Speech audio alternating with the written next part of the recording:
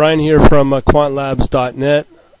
Just wanted to show people some advantages of using Octave over Matlab. Or actually, I should say advantages, but we all know about R and how it's a good alternative to Matlab, but it's not compatible with Matlab. So Octave is another open source project that is part of the new organization, GNU, and obviously it's true open source. So I'm just going to give you a little brief intro to it.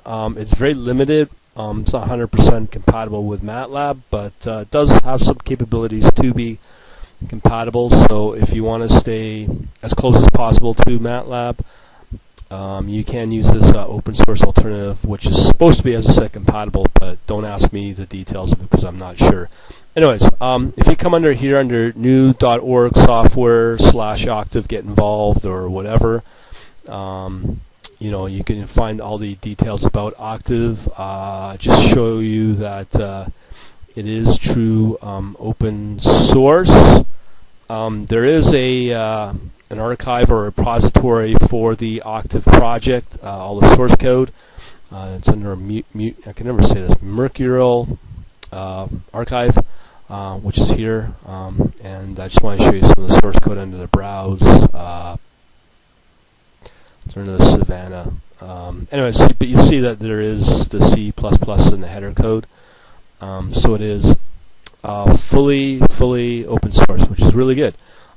Just so you know, as far as I know, the guys over at BlackRock apparently use this instead of MATLAB, because obviously you get the source code, and they use this Octave as a code base for their analysis over at BlackRock. I've seen some needs for Octave in some job descriptions, so that's what I'm assuming they're doing with Octave instead of MATLAB.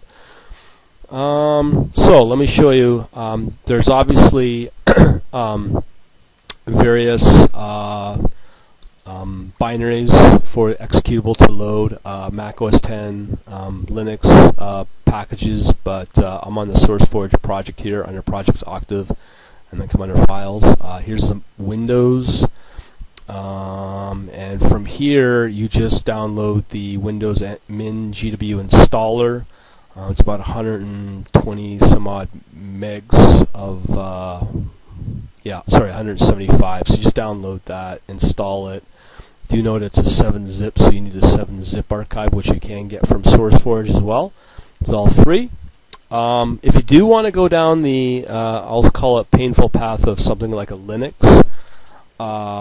your best option if you are going to go down that path is to you could do one of two things. You could either do Ubuntu and download a VirtualBox image, which is a very popular Linux flavor, and then you could just download the latest version here under Linux 11.10 for Windows 86 processor.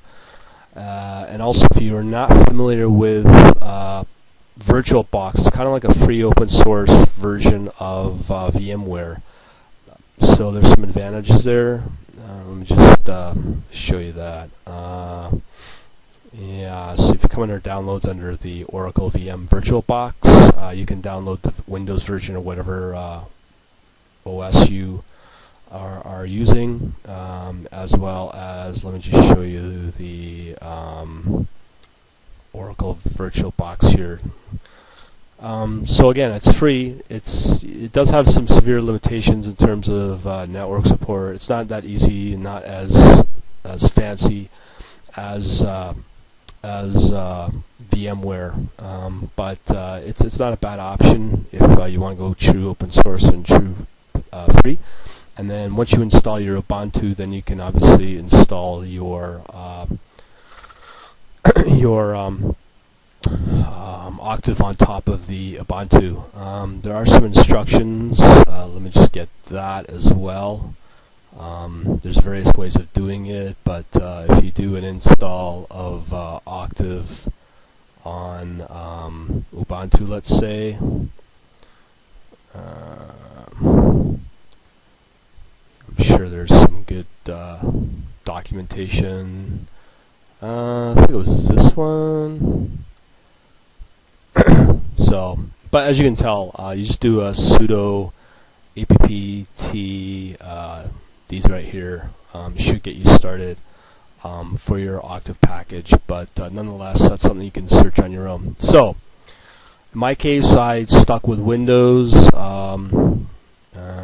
Under here, under the Windows, it just showed you that binary. When you do extract the Octave, you will get it installed in a folder of something similar to this. There is a general README. To get it started, just come under your bin directory, and then there's a generic Octave